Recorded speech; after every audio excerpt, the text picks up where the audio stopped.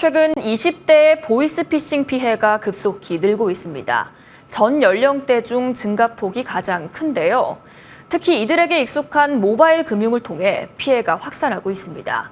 휴대폰만으로 단 몇 분 만에 수백만 원의 피싱 사기를 당하고 있는데요. 유지승 기자입니다.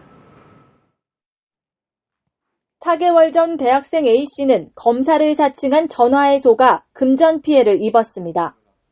피해액은 400여만 원.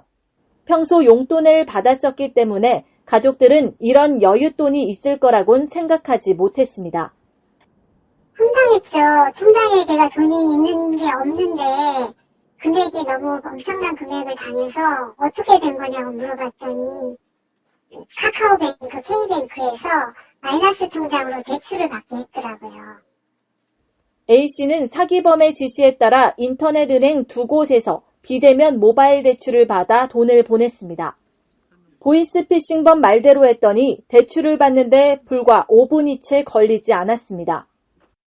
이 아이가 학생이 갚을 수 없는 금액을 대출을 받게 해서 그걸 고스란히 피싱범한테 송금을 하게 된 거예요. 이렇게 클릭 몇 번으로 대출이 쉽게 된다는 것 자체가 이해가 안 되고. A씨가 받은 건 모바일 전용 비상금 대출. 현재 은행들은 소득이나 직업, 담보가 없어도 최대 300만 원씩 신속하게 빌려주고 있습니다. 하지만 빚을 갚지 못하면 순식간에 신용불량자로 전락합니다.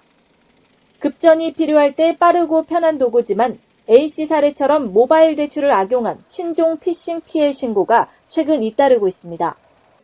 현재 대면 거래인 은행 창구와 ATM 기기에는 피싱 피해를 막기 위한 최소한의 장치가 도입돼 있습니다. 창구에서 500만 원 이상 현금을 입출금할 때 이런 문진표를 작성하게 해 현금 인출을 유도하는 피해를 일정 부분 줄이고 있고, 과거 금액 제한이 없어 범죄에 활용된 ATM 무통장 입금도 한도를 제한했고 100만 원 이상 송금 시 30분간 인출과 이체도 막아놨습니다.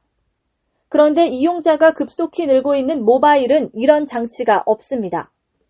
클릭 몇 번이면 바로 금융거래가 가능한데 가뜩이나 보이스피싱에 악용될 경우 순식간에 큰 피해를 입을 수밖에 없는 구조입니다. 은행의 입장을 본다면 신규 고객 창출인 거잖아요. 대학생 정도이면 부채 미상환 시 취업에 문제가 걸릴 수 있으니까 갚을 확률이 높다고 보고, 그렇기 때문에 인터넷 전문은행 같은 경우에는 리스크가 크지 않다고 보고 공격적으로 대출해주고 있는 게 보이스피싱 일당들에게는 좋은 신종 먹잇감이 된 것으로 보여지는 거죠. 반면 은행들은 자체 위험을 줄이기 위한 장치는 마련해뒀습니다. 대출금을 못 받을 경우에 대비해 이 모바일 대출을 받는 대상에게 은행이 빚을 보전받을 수 있는 보증보험 가입을 의무화했습니다. 모바일로 쉽고 빠르게 빚을 권하는 은행들, 편의 속에 발생하는 소비자 피해에 대한 장치 마련은 뒷전입니다.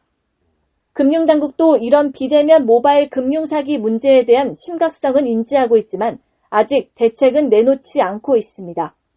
머니투데이 방송 유지승입니다.